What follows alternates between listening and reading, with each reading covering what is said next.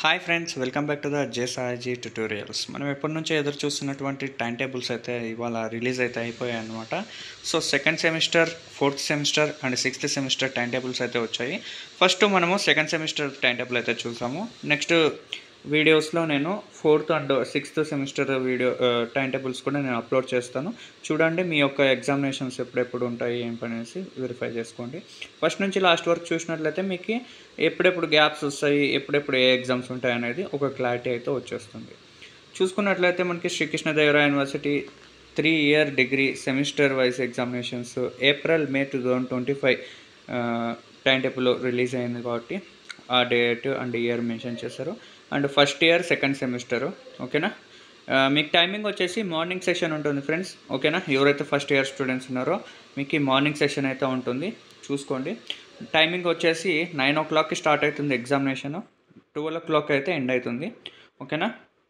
24th examination చూసుకున్నట్లయితే మనకి first language English ఏదైతే ఉంటుందో ఆ ఇంగ్లీష్ అయితే ఉంటుంది. మీకు ఓల్డ్ సెమిస్టర్ అంటే లైక్ మీకు వీళ్ళు సప్లీ వాళ్ళు ఉన్నారు కదా, సో వాళ్ళకు కూడా ఇదే టైం టేబుల్ అనమాట. సో మీ సప్లీ వాళ్ళు ఎవరైనా మెగా సప్లీ కూడా ఉన్నారు కదా స్టూడెంట్స్, వాళ్ళకు కూడా ఇదే టైం టేబులే. చూసుకోండి, మీ యొక్క సబ్జెక్ట్ కోడ్ చూసుకోండి, మీకు అర్థమవుతుంది అప్పుడు మెయిన్. నెక్స్ట్ 26th వచ్చేసి సెకండ్ లాంగ్వేజెస్ ఏవైతే ఉన్నాయో తెలుగు, సాంస్క్రిత్, హిందీ, ఉర్దూ కావచ్చు, మీ ఏ లాంగ్వేజ్ అయినా కావచ్చు, మీకు 26th అయితే లాంగ్వేజెస్ ఉంటాయి ఓకేనా. నెక్స్ట్ వచ్చేసి పార్ట్ 3కి సంబంధించినటువంటి ఇవి ఉంటాయి కదా మనకి నాన్ కోర్ సబ్జెక్ట్స్ అనేవి. ఆ నాన్ కోర్ సబ్జెక్ట్స్ ఏవైతే ఉంటాయో అవన్నీ ఎగ్జామినేషన్స్ మనకి 29th అయితే ఉంటుంది. ఇక్కడ 26th తర్వాత 29th మీకు ఇక్కడ 3 days అయితే గ్యాప్ వచ్చింది ఓకేనా. మీకు బాగా ప్రిపేర్ అవ్వచ్చు. ఎవరైనా ఏమన్నా ఈ చిన్న సబ్జెక్ట్ ఇది నాకు తెలిసి నాన్ కోర్ సబ్జెక్ట్స్ ఏమంతా ప్రిపేర్ అవ్వాల్సిన అవసరం లేదు. బేసిక్ నాలెడ్జ్ పెట్టుకొని అండ్ మీకు మెటీరియల్స్ ఏవైతే ఉంటాయో వాటిని త్రూగా చూసుకున్నట్లయితే సరిపోతుంది, మీరు ఈజీగా రాసేయచ్చు. చూసుకున్నట్లయితే మీకు 29th వచ్చేసి ఎన్విరాన్మెంటల్ స్టడీస్ ఎవరైతే ఉంటారో ఈఎస్ వాళ్ళకి ఉంటుంది. నెక్స్ట్ వచ్చేసి CSS1 ఏదైతే ఉంటుందో CSS1 ఉంటుంది. అండ్ న్యూ రెగ్యులేషన్ వాళ్ళకి ఏదైతే ఉన్నాయో ICT కావచ్చు, నెక్స్ట్ వచ్చేసి ఇండియన్ కల్చర్ అండ్ సైన్సెస్ కావచ్చు, ఎలిమెంటరీ స్టాటిక్స్ కావచ్చు, ఇవన్నీ సబ్జెక్టులు అయితే మనకి 29th అయితే ఉంటాయి. మీ సబ్జెక్ట్ కోడ్ చూసుకోండి, మీకు క్లారిటీగా ఉంటుంది. నెక్స్ట్ వచ్చేసి ఈ పార్ట్ 3కి సంబంధించినటువంటి నాన్ కోర్ సబ్జెక్ట్స్ ఏవైతే ఉంటాయో ఇవన్నీ మీకు నార్మల్గా 2 hours ఎగ్జామినేషన్ ఉంటుంది ఓకేనా. 9కి స్టార్ట్ అవుతుంది, 11 o'clock ఎండ్ అయిపోతుంది. నార్మల్ పేపర్ లాగా 3 hours ఎగ్జామినేషన్ ఉంటుంది అనేసి మీరు లేట్గా అయితే రాయొద్దండి అన్నిటికీ ఆన్సర్స్. 50 marksకే ఉంటుంది నాకు తెలిసినంత వరకు పేపరు, సో ఒకసారి వెరిఫై చేసుకోండి. నెక్స్ట్ వచ్చేసి 29th అయిపోయినాక ఫస్ట్ వచ్చేసి మీకు ఇన్ఫర్మేషన్ టెక్నాలజీ ICT ఎవరికైతే ఉందో సెకండ్ సెమిస్టర్లో ఓల్డ్ రెగ్యులేషన్ వాళ్ళకి ఓకేనా. న్యూ రెగ్యులేషన్ వాళ్ళకి జర్నలిస్ట్ రిపోర్టింగ్ అనేది ఉంటుంది, చూసుకోండి ఈ పేపర్స్.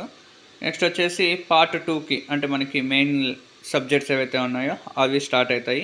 మీకు 3 hours ఎగ్జామినేషన్ ఉంటుంది ఓకేనా. థర్డ్ అయితే స్టార్ట్ అవుతుంది ఎగ్జామినేషన్.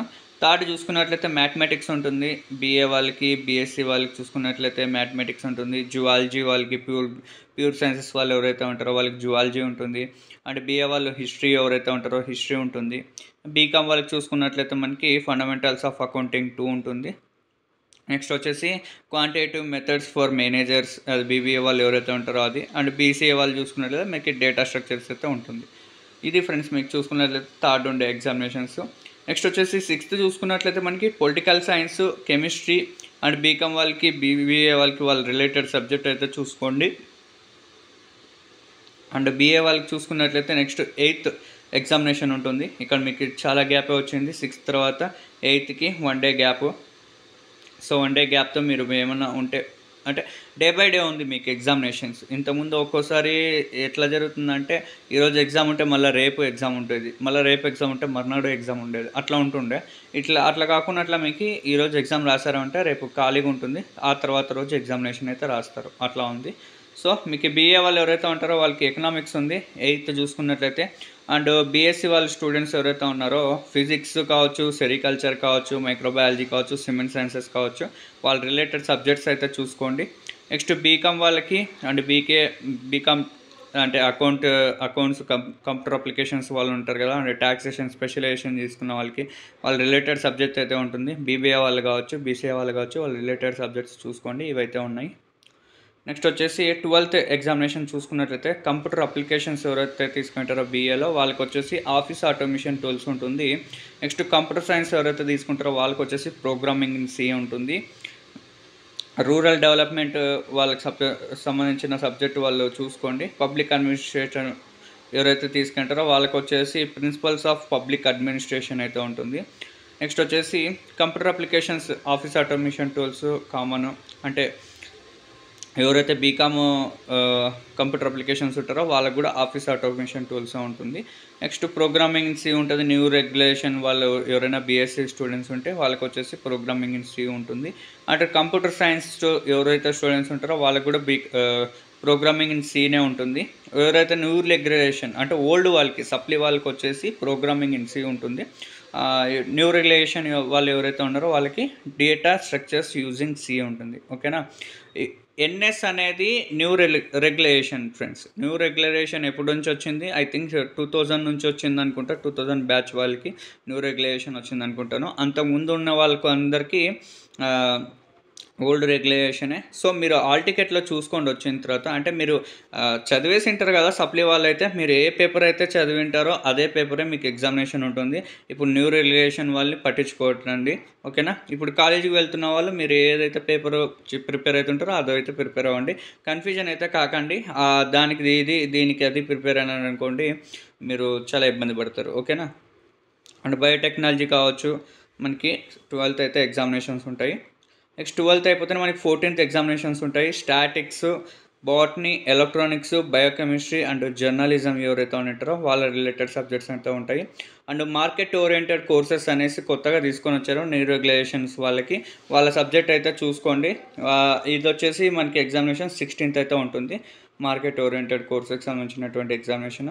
నెక్స్ట్ 19th కూడా సేమ్ అదే మార్కెటింగ్కి సంబంధించినటువంటి సబ్జెక్ట్. మీ స్పెషల్ సబ్జెక్ట్ ఏదైతే చూస్ చేసుకుంటారో మీ యొక్క బ్రాంచ్ వాళ్ళకి సబ్జెక్ట్ అదైతే మీరు ప్రిపేర్ అవ్వాల్సి ఉంటుంది. మీరు కాలేజీలో ఒకసారి కనుక్కోండి మీకు ఏ సబ్జెక్ట్ ఉందో. దానికి సంబంధించిన మెటీరియల్స్ కూడా మీకు కాలేజీలోనే ఇస్తారనుకుంటున్నాను. ఇది కూడా ఫ్రెండ్స్ మీకు పార్ట్ 3 కిందకే వస్తుంది. నాన్ కోర్ సబ్జెక్ట్స్ కిందకే మార్కెట్ ఓరియంటెడ్ కోర్సెస్ కూడా. ఓకేనా. ఇవి కూడా మనకి 2 hours ఎగ్జామినేషన్ ఉంటుంది, 3 hours అయితే ఉండదు. సో బాగా ప్రిపేర్ అవ్వండి. టైం టేబుల్ అయితే వచ్చేసింది కాబట్టి ఇప్పటి నుంచి ప్రిపరేషన్ మొదలు పెట్టండి. ఒకవేళ ఇంకానూ మొదలు పెట్టుకోకుంటే బాగా స్కోర్ చేసుకోవాలనుకుంటే ఇప్పటి వరకు ప్రిపేర్ అవుతున్న వాళ్ళు ఇంకొంచెం కాన్సన్ట్రేషన్ ఎక్కువ చేయండి. ఎందుకంటే టైం టేబుల్ వచ్చేసింది కాబట్టి మంచిగా ప్రిపేర్ అయితే మంచిగా రాయొచ్చు examination. Thanks for watching friends entire video. ఎవరికైనా కొత్తగా చూస్తున్నట్లయితే నా ఛానల్ని సబ్స్క్రైబ్ చేసుకోండి. మీరు యూనివర్సిటీకి సంబంధించినటువంటి ఎటువంటి అప్డేట్స్ వచ్చినా కానీ మన ఛానల్లో మీకు అప్డేట్ అయితే ఇవ్వడం జరుగుతూ ఉంటుంది. ఓకేనా. Thanks for watching friends. Bye bye.